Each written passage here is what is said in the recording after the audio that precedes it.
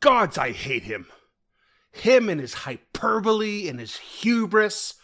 The anti-humble, the humdrum opposed, the harrying harasser, the harrowed humiliator. That's what he is now. What we all are now. A great storyteller he was, but for every lucky break or monotonous day of travel spent, he didn't have to make us out to be blessed by the gods, or ever chasing and ever chased by the shadows of evil. For every attempted highway robbery, we didn't have to have had thwarted and organized bandit uprisings sure to sweep the land. And when he managed to pay less than the usual rate for extra company in his bed, he didn't need to claim that he read in her eyes, that she was the long-lost heir to an ancient throne, and that she waits in longing still for his bloody return. In that time I was yanked into the mouth of a cave creature, I really didn't need to have been heroically lunging into the toothy maw of the legendary Tarask itself. Imagine the embarrassment when our egos overmatched our aptitude. Because it did, and I hate him for it. But mostly I hate myself for being swept up in his silly tales. We ventured forth by popular demand. Can you even imagine? And now, for what may be an eternity, we endlessly drag more stories into ourselves, each more boring than the last, but forever retold with his excruciatingly obnoxious flair.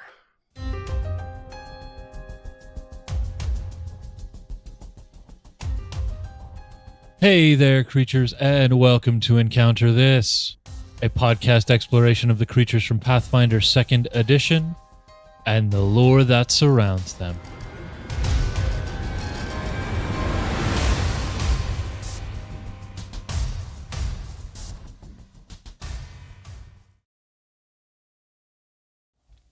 Hello there, creatures, and welcome to another episode of Encounter This. I am James, Fortune Kid, and with me, as always, is Freeman, Misfortune. Easton makes us sound like we're married when I do it in that direction. I was also doing my best to mouth the words you were saying. Oh, I saw it. Yeah. Okay. Let's get a little more light. There we go. Today we are going to be talking about the Fortune Eater, which you can follow along on Bestiary 3, page 101 if you feel. And I forget how we do this intro, so just take it away. Take it out of my hands. Hey, talking about the Fortune Eater. Let's talk about what I have decided to call TPK the Creature in more ways than one. And it's not because they're exceptionally aggressive and dangerous in their mechanics per se, but they kind of are. There's just fortune and misfortune plays a pretty big role in both the origin of this creature and how it functions in combat.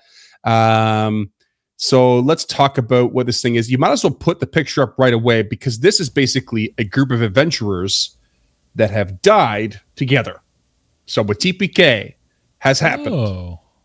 And that's what it is. That's what it is. That's what this big, massive, roiling ghost and equipment is. When a group of adventurers dies in a rather, as they put, an ignominious or humiliating way, the restless spirits as a group might rise from a very strong, jealous emotion to form this, which is known as a Fortune Eater.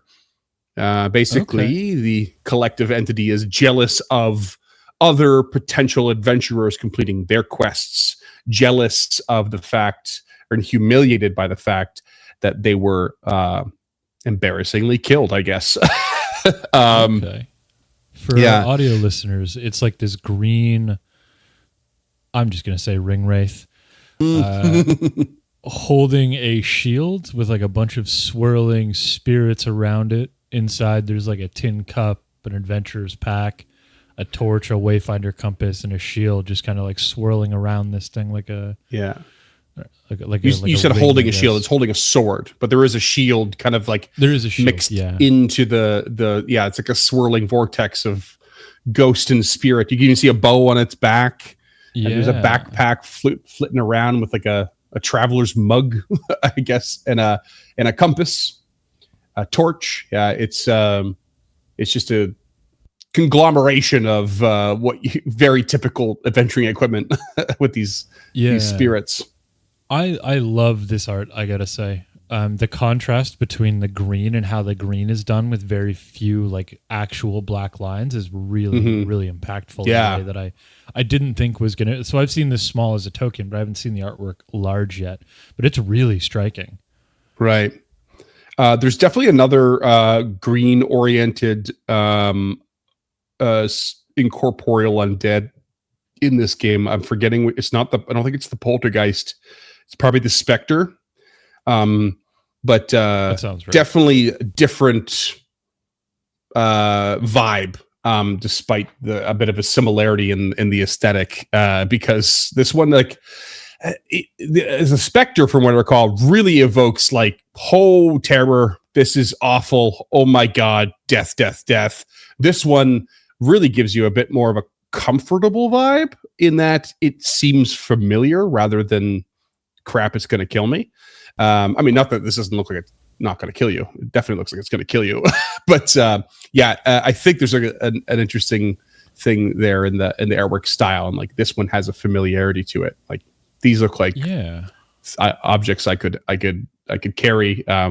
Maybe even that this thing could be reasoned with in some capacity. It kind of reminds me of like a Final Fantasy V or like a Zelda peon or a minion, like something you'd fight in a random encounter. Just the way it's kind of like, it looks like it's riding the shield, almost like a pogo stick, or that's how my brain interprets the image, at least. Yeah, no, I know what you mean. I mean like a really adventurous sort of sprite in one of those games. Yeah, like in the combat screen. Yeah. Yeah, definitely. I can see that. Yeah. So these things, they don't just lurk in the dungeons in which they were killed. They will actually lurk in near taverns, and actually near fortune tellers, or even Pathfinder Society lodges, and basically anywhere that they can linger near other would-be heroes and adventurers. And then as they linger, they bask in their own jealousy. And when they find these groups, they start to follow them on their quest. And they wait, and they bide their time until the right moment to reveal themselves, which is usually, and quite vindictively, the moment in which they can help get the party killed and add them to their collective. Awesome. So, yeah, awesome. It is awesome. I worry that some GMs will read that and go, oh, this is the perfect creature to spring up at full health when the party is pretty much dead, which is not necessarily a strategy you want to go with. No, don't do that. Don't do that at all. Don't do that, because it will be another fortune eater. Good reason. Yeah. It could be kind of neat, like to take one player and add them to the collective and let the others run away, depending on your circumstance and your story. But yeah, don't just TPK your party for the sake of it, just because you have the lore for it. Don't do that. So I have a contrasting point, but I'm going to save that for Homebrew, because I think you actually could TPK your party and get away with it if done properly.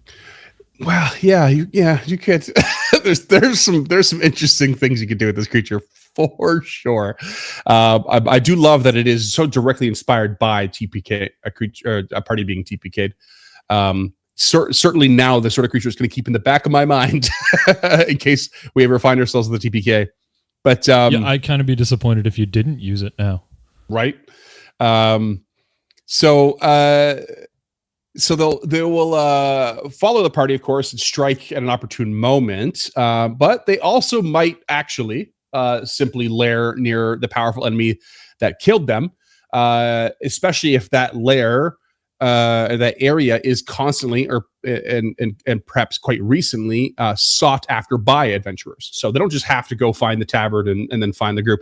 Sometimes if it's a very active place of people trying to take out this same enemy or what have you, where the Pathfinder Society is constantly showing up or in regular intervals, it will lie in wait in those areas as well. But it doesn't just linger in its jealousy. It, like many spirits, has unfinished business. So it's possible they'll actually aid in the defeat of a greater threat, particularly the threat that killed them. Or they might help, like in the acquisition of a legendary artifact. Maybe that was their mission. Doesn't have to be a big bad; could be a trap that killed them. But they would do that with the intent of moving on from this mortal coil they were attached to, as it were. And but it is kind of mentioned that the jealousy and rage is most likely to make them unlikely to do this, or at the very least, the aid will simply allow them. Won't simply allow them to move on. They might still come at you. That's definitely GM discretion, I think. Definitely use this creature with some nuance if you can, in these with these topics in mind. Yeah, so it's a ghost ambush predator that may or may not help you if it feels like it. Pretty much, yeah, pretty much. Yeah. There's a sidebar here that's fun. It says that fortune eaters constantly babble about impossible feats that they performed in life, describing the epic bravery and the foolhardiness that was part of their untimely death. So the examples given are something like teleporting hundreds of feet into the air to fall on top of a dragon, and slay it in like mid-flight. Or something like directly diving into the jaws of a kraken to kill the beast from within. They'll like describe these things that they definitely didn't do. Right. So I'm sure we've talked about it on the show, but I had a player actually kind of do that with a dragon, just ride them and roll a bunch of natural 20s. Yeah, I remember that at like too low of a level. Yeah, way too low. For all the natural ways, to be you a just kept TPK. letting it go. Yeah. Yeah. I remember that. I wasn't there for it, but I remember hearing about it many times. Too funny. What I was there for is that one time I rolled. Do you remember how many natural ones it was? It was so many we had to do the odds on it, and the probability was in the 4 millions or 4 billions or something like that. It was 4 consecutive natural ones in the same turn. Yeah. With a monk. It was ridiculous. Yeah, it was a rough one. Tears. Yeah. Tears of joy. He was laughing. Tears of laughter. I'm just like, what is what? How? Yeah, we don't take our games that seriously off air. Yeah. I thought about hitting up Reddit or another community about what sorts of other things you get this fortune eater to like belt out. But I found a Reddit thread that already existed. And it was fun, although it seemed most of the commenters seemed to have misunderstood the assignment. So instead of like coming up with things that obviously these previously dead heroes or adventurers hadn't done, they just put a lot of quips that you would hear a player say themselves, like bragging instead of bragging about fake exploits. But it was a pretty funny read. It was things like, "What are you gonna do? Stab me?" As a ghost, stop using rank 1 heal to get me back up. It's like just like random shit like that. But as I put it in the show notes here, so if anyone wants to go back to that, I think it might be archived by now. But it's an archived Reddit post. But if you want to take a look at some of the responses there, you could have some fun with it. Sweet, I'll definitely have to check that out. But the and we have a Reddit too, don't we? r/Uncharted North or Duncan, we don't use it. Let us know. We don't use it. We set one up early on just in case, but it's despite being about 2.5 years into the Uncharted North network, it's still early days to be thinking about actually using that properly, I think. Gotcha. But anyway, that's it. This creature is cut and dry. There is no 1E1 that I could find, and there was nothing in particular. I did some Googling around about, like, I don't know, the collective deaths of adventurers in folklore. You can imagine that doesn't bring up anything too specific to this. So maybe you're getting into some Jason and the Argonauts territory. I'm not really sure. I don't remember that story very well. But there's like nothing really came around that I could find that was so very directly related to exactly what this thing is. This creature to me feels like it was made for a game like this. That's it. It's like, what happens when people TPK? Can we make a creature out of that? You know, I'd be willing to bet there are some myths and legends out there about, people Voltroning or spirits, two spirits, one body kind of thing that we could tangentially fit in. But I can't think of anything off the top of my head that's just a Voltron of spirits come back from the dead to get you.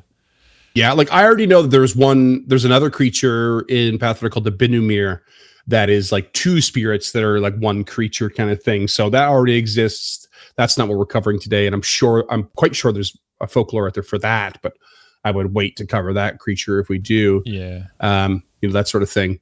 It sort of became another one of those things. Yeah, sure. I Googled it. I did some Wikipedia searching and stuff, but realistically, anything that I found that was barely tangential was obviously related to something else that we may or may not cover one day. So and none of it felt like it fit quite well. Okay, I'm gonna throw up the splash screen anyway, so I can do my timestamps. Mythology folklore. We got zip. Maybe you want to make some up. Maybe you want to maybe want to play some tricks on your local neighborhood and start creating ghost stories about that team of kids who died playing Power Rangers in 1996, and they fell into the bog fighting the frog monster. I'm making it up now. Just making it up. I wonder how many of our viewers remember Power Rangers. All of them, I'm sure. Probably all of them. Power Rangers has been in the cultural zeitgeist for 150 years. Easily. Minimum. Nothing. We got nothing. We can get into the mechanics. Take it into the shop then? Yeah, let's do it. It's quick and dirty. It's a quick and dirty episode. But we definitely have some homebrew and mechanics thoughts because, of course, as with the last couple episodes, we did test this creature in combat via play-by-post again with some stat blocks again created by some of our listeners, which was really fun. Or characters, I should say, PCs. And this creature was very interesting to fight, I think, to say the least. So this thing's clocking in at level 7. AC at 25, which didn't seem to be much of a slouch given the other mechanics that are coming ahead. HP of 100. It has void healing, as you'd expect from a ghost or spirit. It has rejuvenation, which is common amongst that sort of creature as well, meaning once it's destroyed, it will basically, unless you appease its its needs, such as killing the big bad that killed it or finding that artifact, it will regenerate after a certain amount of time to the same location. It is large in size, given it's a collection of creatures, and it does have the traits of incorporeal, spirit, and undead, none of which are a surprise. Now we get, if you want to recall knowledge, you do get two options here. You get occultism and religion. So occultism usually is related to a spirit, and undead brings in the religion side. So you're going to a DC 28 for that. And then for unspecific and specific lore, 26 and 23 respectively. It's got a pretty low perception, reasonably low, I guess, at a 13. And this creature is flying, which is a very important thing to discuss as we go. It's not walking on land. It's flying all around. Languages are, as usual, or as we like anyway, spoken in life by the adventurers, which gives you a nice round array, probably, if you really want to play with it. And of course, it comes with dark vision. As with pretty much anything incorporeal, it has a -5 strength, which means it can't really interact or wield anything physical, and it can't attack in that way. with physical damage. Ish. But basically, it's got a dex of 6, con 0, intellect 2, wisdom 2, and charisma 4. I always feel like the con of 0 is an insult to injury. It's like you've already died. It makes sense. How can a ghost have constitution? Yeah. The charisma 4 is the one that really baffles me. This is the one charming host of spirits. They kind of leaned in, I think, a bit to like this concoction, this mix of personalities, because it's got a deception to 15, intimidation 13, performance 15, which I think is really funny. Intimidation makes sense. Deception's kind of fun because if you do want to interact with it, its goal is to just sort of like help you and then kill you. It's got good stealth, so it can kind of follow you and sneak up on you at a 15 as well. It's pretty simple for the skills, but I think they work well enough. You're not really using this thing to roll survival checks to cover its tracks. It's flying, or to track anyone. No. Well, maybe to track someone. That would be a useful one, actually. Yeah, I mean, as the GM, I would imagine you'd hand wave quite a bit of that behind the scenes stuff, unless they were specifically in something maze like. Yeah. When you're in the GM seat, you're not really that interested in rolling survival checks to track the party. That's not fun story. Doing just a waste. Never comes just a waste of time and effort. Yeah, don't get too nitty gritty on those things. No, if you just roll like 1. Yeah. Its defenses involve 15 fortitude, 17 reflex, and 13 will. That reflex really hampered us. And classic, again, to an incorporeal creature, we have resistance all 5, with the exceptions of force, ghost touch, or vitality. And it has double resistance versus non-magical attacks. No weaknesses to speak of, unfortunately. And its immunities are death effects, disease, paralyzed, poison, precision, and unconscious, all very akin to its nature, spirit, incorporeal, undead. Yeah. That's its basic stats. It also has 2 melee attacks, one known as the Ghostly Longsword, plus 17 to hit, finesse, versatile, piercing, if you like. It's a 1d8 plus 8 slashing plus 1d8 void. Ghostly Light Mace, same to hit, getting agile on this one. Also finesse and the option to shove, 1d4 plus 8 bludgeoning, plus 1d8 void. And then a Ghostly Longbow for a range attack, plus 17 hit as well, deadly d10, and range increment of 100 feet, volley 30. So if you're within 30 feet of this creature, it's got a -2 to attack with the longbow, dealing a 1d8 plus 4 piercing, plus 1d8 void. Again, this is where things get interesting. This is where the creature starts to really stand out. The first thing is a 3-action attack called Team Attack.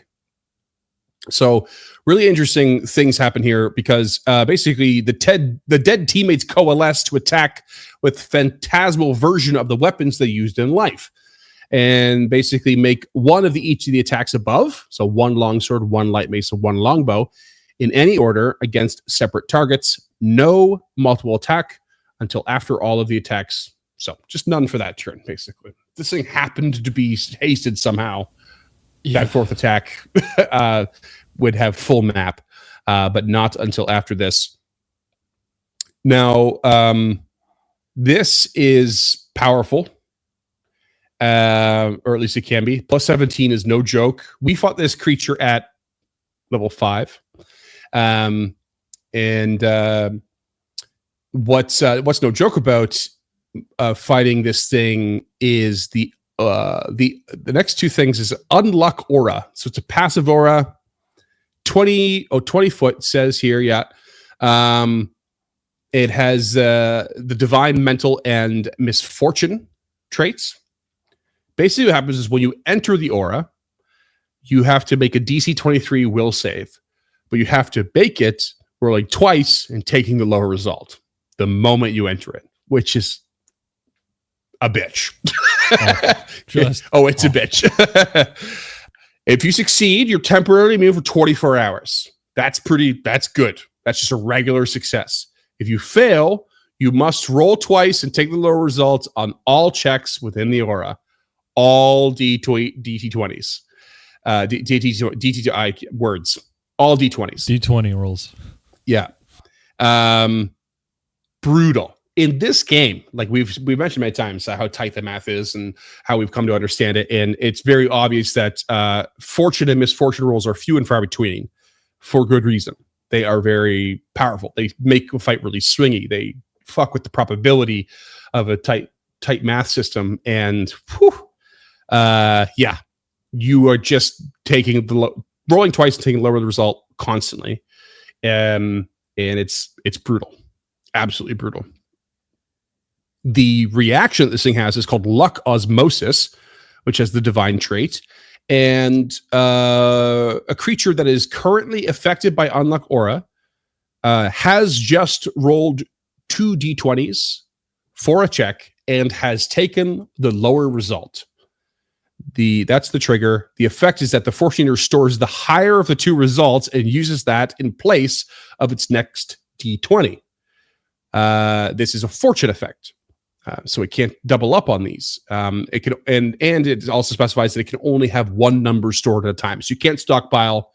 That would be too much. It's already too much. It's already too much. And that's it. That's the stats. That is the creature in a nutshell. Heart has a variety of attacks, has the ability to use them all at once with no map, has the ability, an effective passive defensive ability of like you rolling twice to take the lower all time, and it has the potential of taking your higher results and using them against you while you're in that aura. James and I went through this. I tell you, it was something else. Yeah, this was a tough one.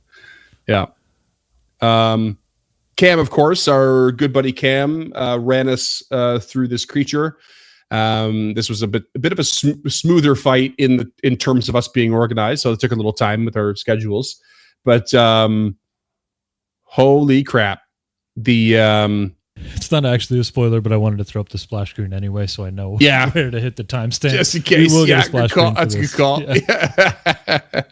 It's a spoiler, depending on who you ask. It's just using what we have. So this time around, we had a couple of PCs made for us by. Let me just find who did which one, because sometimes I forget which order everything is in. So we had a martial character, a swashbuckler that James played, built by our listener and patron Luchum. And we had a wizard made by listener Melzors for me to play, along with what we done before. James has a cleric that he built, and I have a fighter that Cam and I built kind of together, and I've kind of changed a few things on. So we went in kind of cold with these new characters, whatever spells chosen for the wizard and whatnot, and did our damnedest. Cam made a couple notes about running the creature, specifically saying that it can act as a brawler or skirmisher type ghost, and it wants to be in base-to-base contact with 2 people, basically. So it actually kind of wants to be in melee. It doesn't really care that it's flanked in a way, because it wants to use that team attack quite a bit. And it also wants to punish people who stay outside of the aura, which is really important, because that longbow. Because the aura is at 20 feet, if I wrote that down correctly, and the longbow is a volley of 30. So when you're out of that aura, I think we both kind of did it. When we're out, we're tried to stay nice and far out, as opposed to, straddling the edge of it. It didn't really matter in this particular encounter because of the amount of natural 20s that we rolled while under while inside the aura. Like that's Yeah. It would have And been not only great. that, it wasn't even the natural 20s alone. It was like natural 18s and 19s, which were enough to luck osmosis and hit the characters that wanted to stay out, which were the squishy cleric and wizard. And that was enough to crit them, like auto crit them, basically. So it was a really interesting experience. I don't know.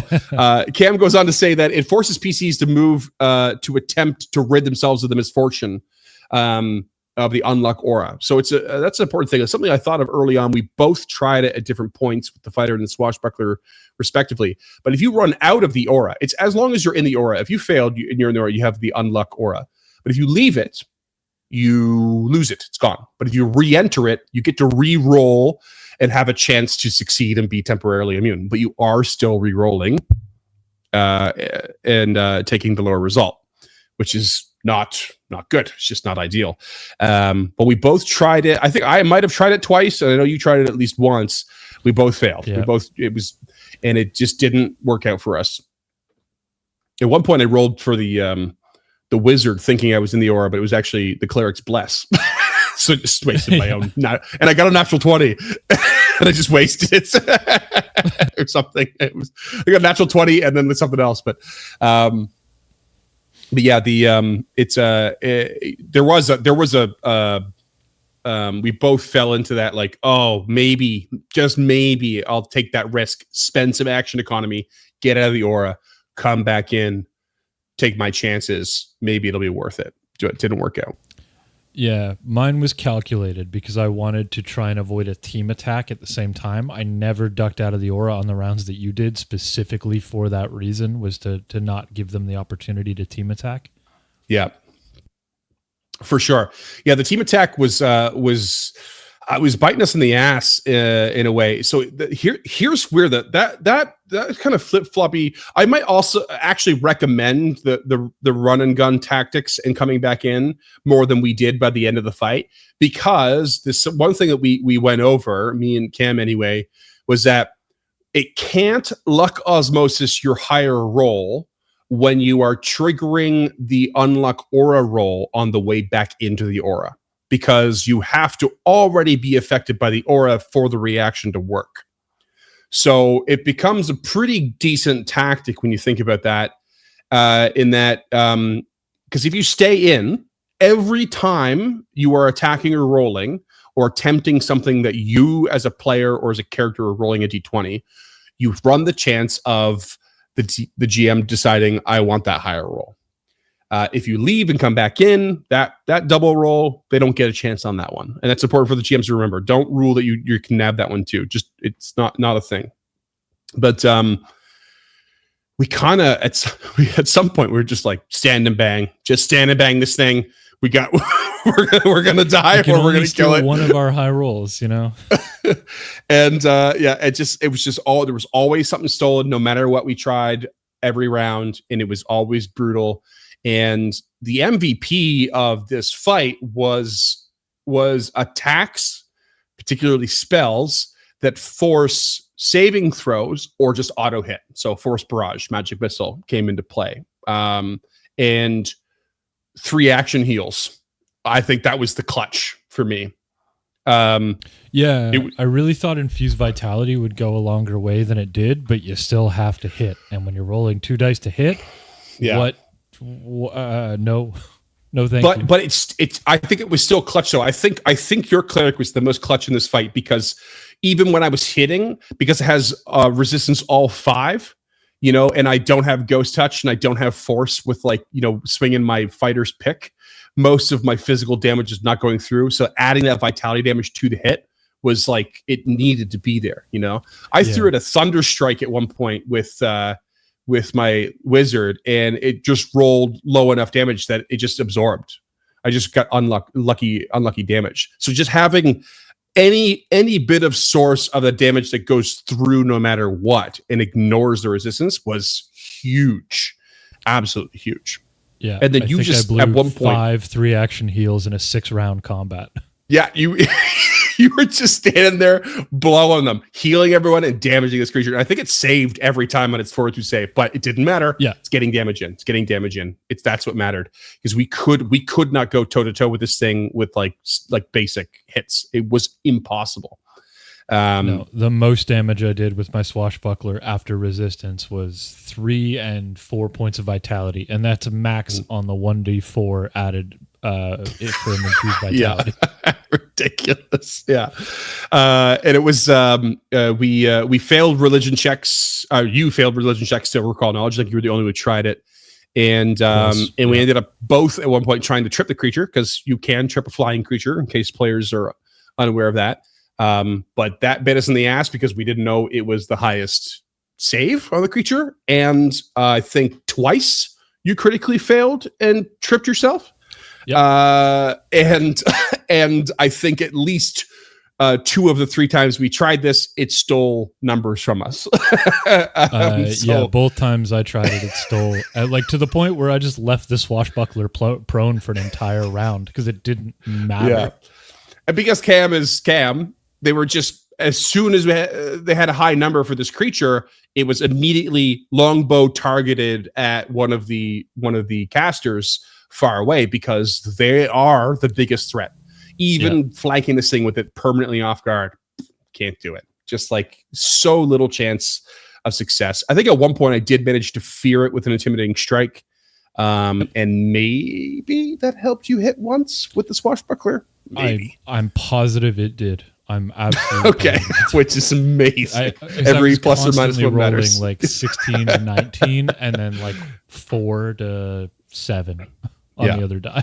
Like it was rough. It was crazy. Yeah, I had a couple spells on the wizard spell list that I would not have. I was going with what Belzers had chosen, and I would not have picked them. It kind of sparked a bit of conversation of like, we're running these just for fun and for some perspective, but then it just, for me especially, because I'm not much of a caster player, especially prepared caster player, and really puts into perspective for me like how much you thought would go into like your circumstances, what you think you're going in towards the day, and you are going to get shafted. You're going to pick the wrong things for sure. But it makes you realize like, when you do pick the wrong things, like there was one really cool spell on that list that Melzer chose, just impossible to use, and also a couple of the attacks that I had, like even my cantrips, I had, I think, void warp and electric arc. Void damage would have either not hit the creature or healed it. I think it just would have been 0 damage, and then the electric arc doesn't do enough to get through the resistance. Screwed, like completely screwed. Yeah. So yeah, it was really tough on the wizard side of things to get anything done. To no one's fault. That would have been tough on the wizard side, regardless of what the spell list ended up being. Like just with the HP, the AC, the body's in the way. Like unless you're a wizard that only preps force barrage, which I kind of want to do now. It's ridiculous. Throwback to the blaster wizard. Yeah, just start launching them, Yeah, I think in 2e wizards are supposed to be the utility belt of casters, so that explains why Melzor's. I think Melzor's did a great job picking the spell list. It just sometimes you choose wrong. Like it happened to me recently in one of the STT episodes with the arcane caster that I'm currently playing. We were in water. I chose a bunch of thunder spells because water conducts electricity, and it did not go my way. Yeah. Yeah. That's just it, eh? Like I had my focus spell on the wizard was Hand of the Apprentice, which is a really cool spell because you basically get to launch a weapon you normally wouldn't launch, and you get to use your spell attack modifier to get the hit in. And it does, I think it does force damage or something. It had the potential to actually hit this creature quite hard and get us started. And I just whiffed the roll, and that was it. And there was nothing I could do about it. And at one point, I made the mistake of casting blindness as a big double finger cross. And blindness is really tough because when they succeed, they are blinded, but until the start of their turn. So if you are playing with the initiative order, I would think I was 2 turns ahead of the creature. So blinded it. Next person up was, I think, maybe the cleric or someone who was not going to really take advantage of blinded, and now it wasn't blinded anymore. It just didn't matter. Yeah, blindness is a tough spell at the lower levels. Like it's when it's clutch, it saves the party. But when it's not, it feels like you wasted, what is it, a third level spell for Yeah. And it's incapacitation, so it's a tough one to get your. But yeah, it's one of those. It's not save or suck, but it's kind of close to that. But when it does save, it's amazing, Or when it sucks. When it sucks for them, it's amazing for you. But that does bring me to an important note about these fortune and misfortune effects, because we don't see them super often. And basically what fortune means is that it's an effect that will make you roll twice and take the higher result. But also added on to that is that you cannot have two fortune effects affecting the same roll. So if there happens to be two separate ones and they have different effects to said roll, you have to choose one of the two. The exact same thing works for misfortune. You can't have two misfortune effects on top of the same thing. If you have a misfortune and a fortune effect, the same roll, they do counteract each other. This came into play because we are starting these fights with one hero point, and it means that they don't allow you to re-roll and take the new result. It just means that is removing the second result. I'm not quite sure how we went with it. It's like, do we remove the second result, or do we just remove the worst result of our misfortune rolls? Didn't really. I don't even remember. I didn't even think about it. I used it with the cleric immediately for the recall knowledge fail, because that just seems like the best use of it. Especially for this creature. I know I used it with the swashbuckler, but I'm sure I used it in the aura and missed both times. So I may have rolled 4 dice and missed all 4 times. I did the same thing, and then Cam caught me up on it. They were like, just remember, you don't get to re-roll. It just cancels out the misfortune effect. Yeah. Oh, okay, cool. And then I was like, well, my first one was higher. I guess I'm canceling the lower one. Otherwise, it's the second one. Canceling out the fact that I had to roll a second time. But it kind of gets into that murky territory of, am I supposed to announce I'm using the hero point before I roll? Which I don't think is technically in the rules. It might be a bit of a GM thing. It's not. So hero point is I believe the first line is announce it when you know the results of your roll. So it's very specific when you know your roll. So my guess here would be, rules is written, you would nullify the second one after you rolled both. But rules is intended, you would just roll 1 die and announce it ahead of time. Yeah, I think. Which reads, as GMs listening, be lenient with this. This rule in favor of your players. It's hard enough. Yeah, it really is. You're gonna have so much fun stealing those rolls and just blasting someone. That's enough fun for you. Okay. Otherwise, don't take any more. It's crazy. Absolutely crazy. And I remember asking Cam, we can let you know when one of our other rolls is, at a certain number. And they were just like 13. Tell me when it's a 13 or higher. Okay. So if anyone here wants to just quickly follow Cam's instincts, that could be your route, because 13 seems to be a good average numbers to hit us. Yeah. Yeah, exactly. Never hit over 13. Yeah. I mean, it worked. Cam did a great job, as always, not just murdering us. They are a benevolent GM when they choose to be. But yeah. It was fun because we didn't move much in this combat, other than trying to get out of the aura a little bit. And this creature did move once to get back into melee and get someone else into the aura. But at a certain point, we did just stop moving, and we just started swinging. We were standing and banging, and throwing spells, and we just let Cam team attack with this creature. And I think the only reason we got away with that was because you were blasting 3 action heals. That was it. This creature we definitely played as a long game, because we didn't have the mobility to deke in and deke out and launch small attacks. Like a rogue would have been quite effective against this, I think. Maybe even a ranger, something with some distance damage would have been okay. Yeah. But I think the strategy we chose worked, and that's we stood and we banged, and everybody was within the heal aura, and Yeah. the cleric was still outside the misfortune aura. So I think that was all clutch. But just to put things into perspective for this creature, for the listeners, when we hit it, it is 100 HP. When we did actually manage to hit it, which was very seldom, almost none of the hits were above or 10 or above. Almost all of them were below. And pretty much any melee one was below 5 with the damage that actually went through. Our average damage was about 7 to 11, somewhere in that neighborhood. At best.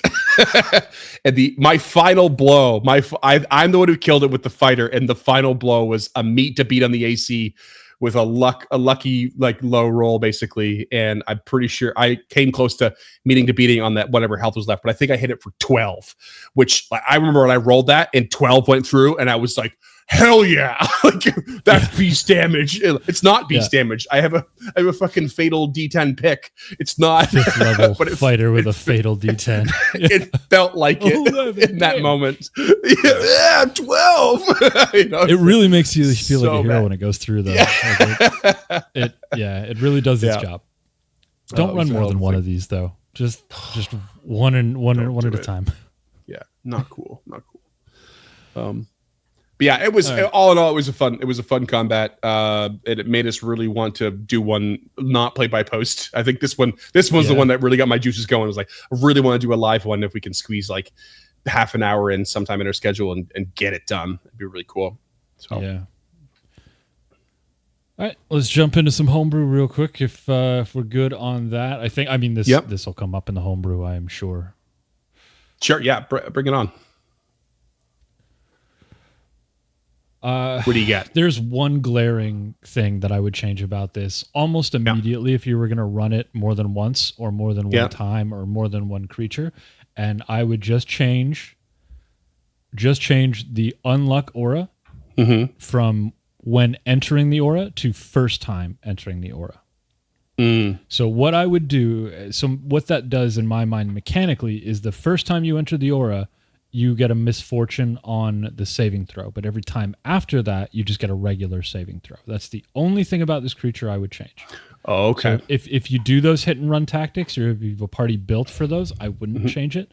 But if you have a party that's a bunch of stand and bangs, I would probably change that. So it's only the first time they enter the aura, they roll with misfortune, and then every other time they just roll regular. Okay. Gotcha. And so you would give them one of those usual, like each round they get to roll again kind of mechanics. No, is that what you mean? I wouldn't change anything else. So you're doing that. You still want to do the duck in, duck out. Yeah. Okay. Gotcha. Yeah. So I want to make them use that movement to get out of the aura, but the second time they enter an aura or that specific creature's aura, that's when the misfortune would be gone. That's the only thing I would change for stand and bang parties.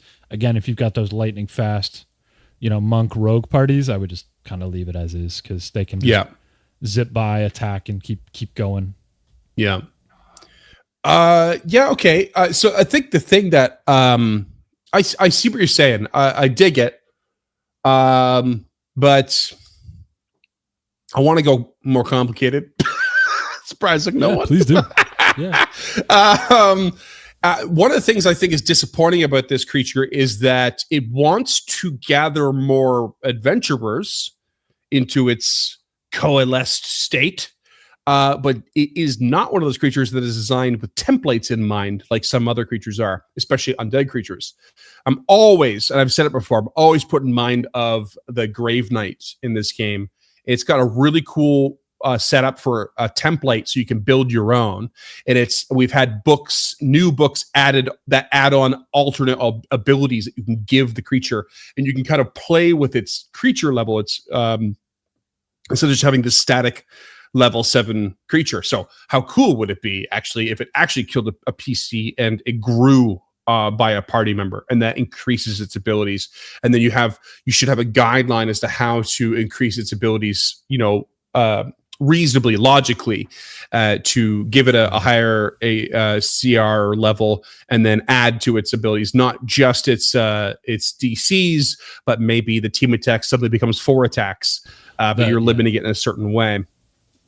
I also love the idea when you look at the Grave Knight. There's some really cool kind of nuanced contextual abilities built into that design of building your own. And I love the idea of like these ghostly chains shooting out of this creature when you enter the aura, and then it hits you like the tongue on a creature or like the roper's tentacle. And so when you come in, you still have to roll that misfortune roll. But the misfortune roll is now like it has if you give it like this alter ability, instead of it being a will save, it's a reflex save to avoid the chain. And if you don't avoid the chain, you can't leave the aura. It extends to the edge of the aura. Now you're stuck in it unless you can find a way to break the chain or what have you. So do you use the restrained mechanic for that? Well, it's it's more like grabbed, but you can't move farther away than the length of the thing that's grabbing you. Right? You can still move around the room. You're not locked in one spot, but you have a limit to how far you can go away from the position of the creature.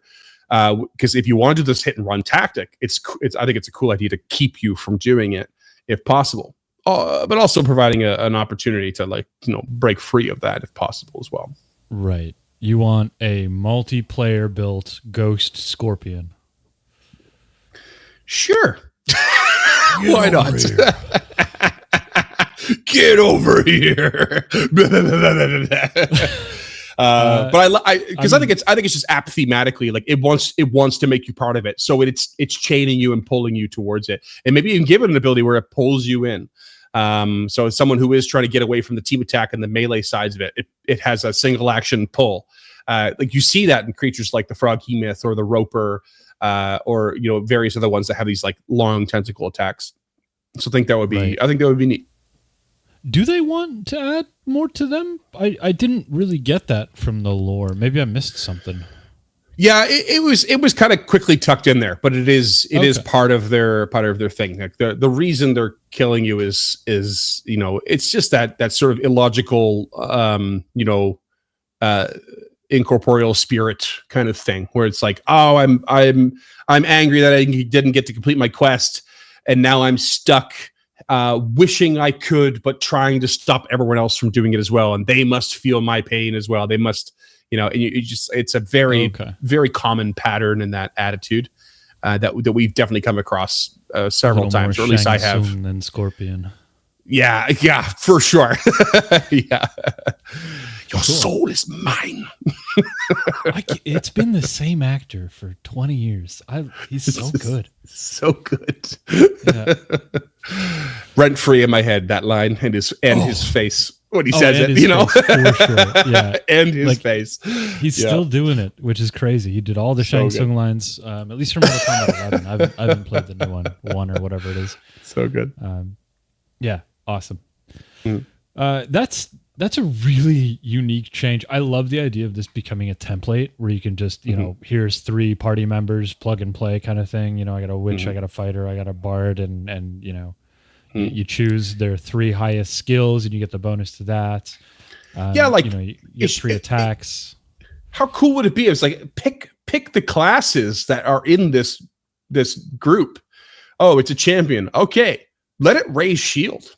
That might seem cruel, but like get rid of why not intimidation, but give it religion or something like that. Yeah, like something like that. Yeah.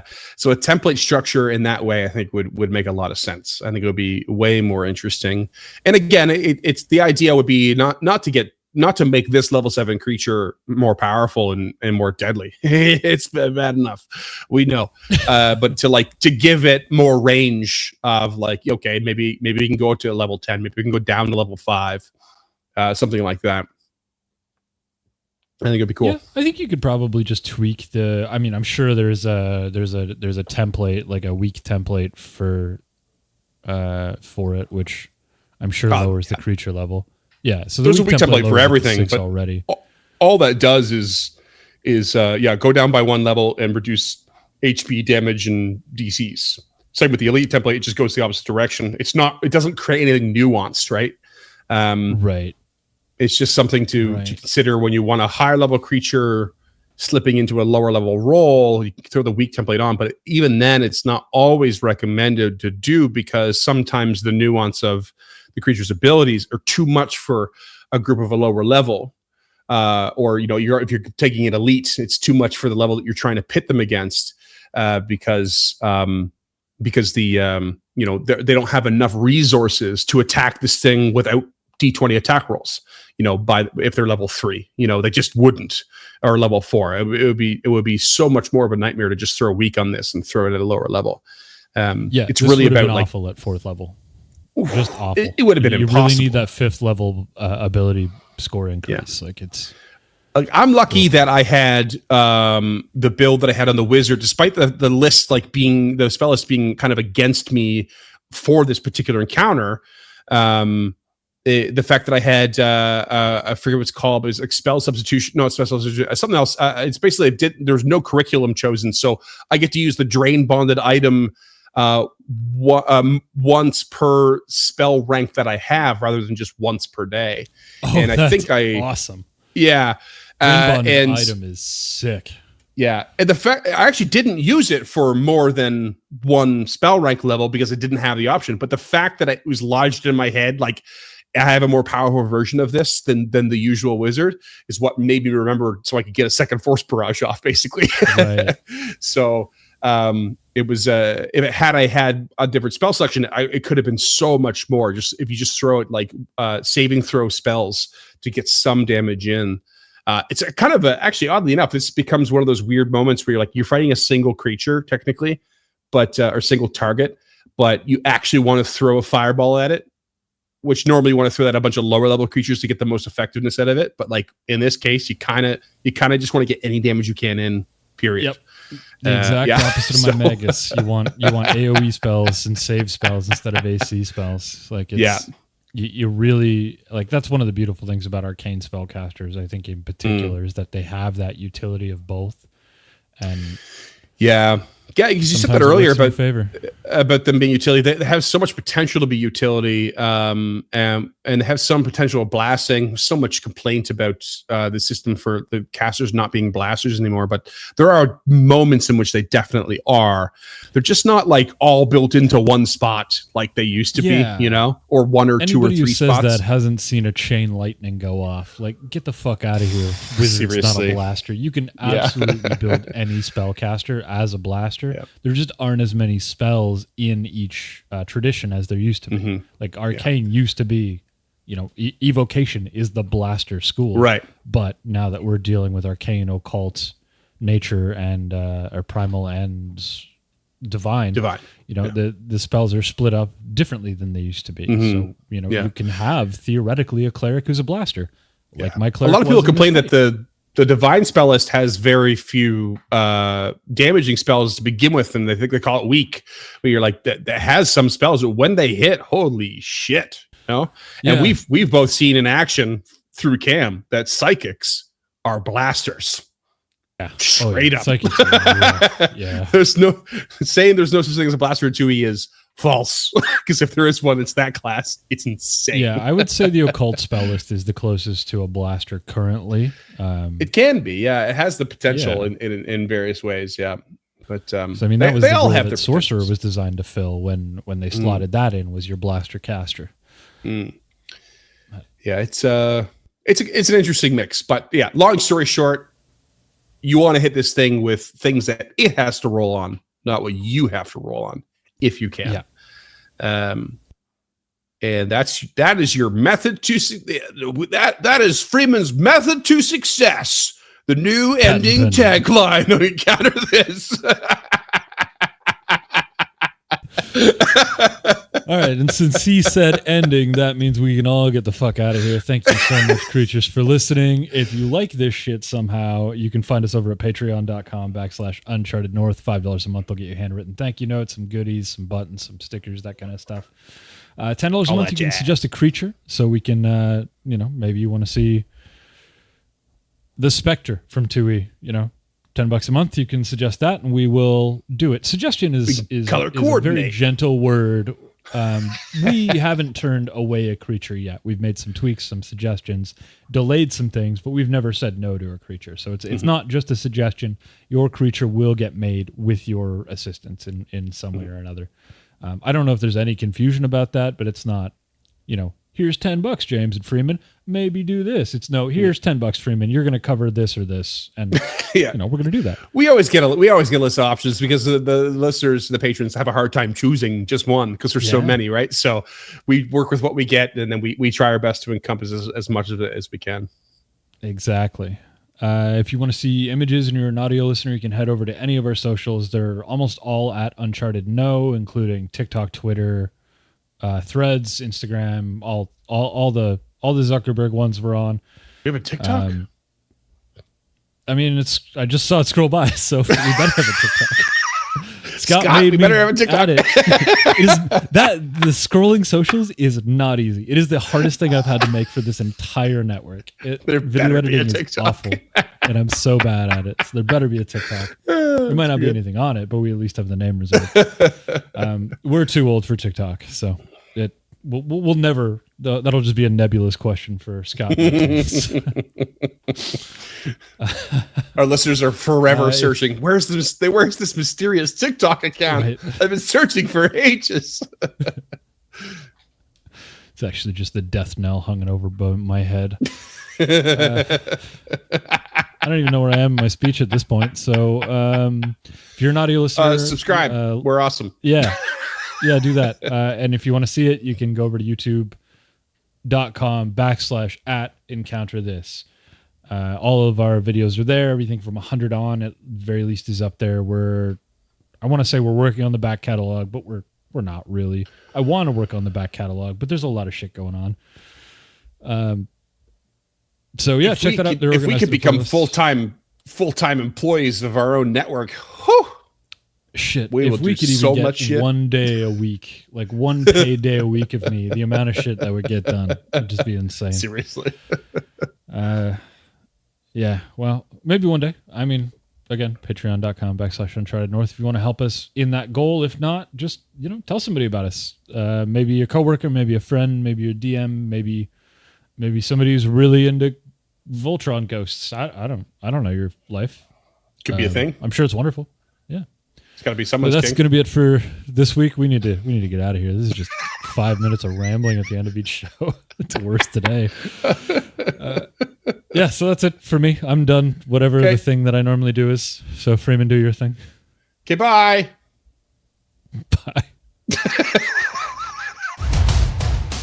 Until next time, creatures, thanks, as always, for listening to Encounter This.